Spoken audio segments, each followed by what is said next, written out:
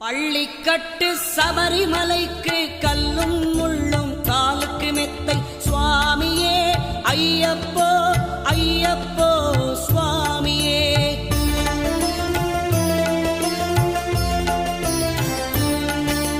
நெய் அபிஷேகம் சுவாமிக்கே, கற்பூர தீபம் சுவாமிக்கே, ஐயப்பன்மார்களும் கூறிக்கொண்டு ஐயனை நாடி சென்றிடுவார் சபரிமலைக்கு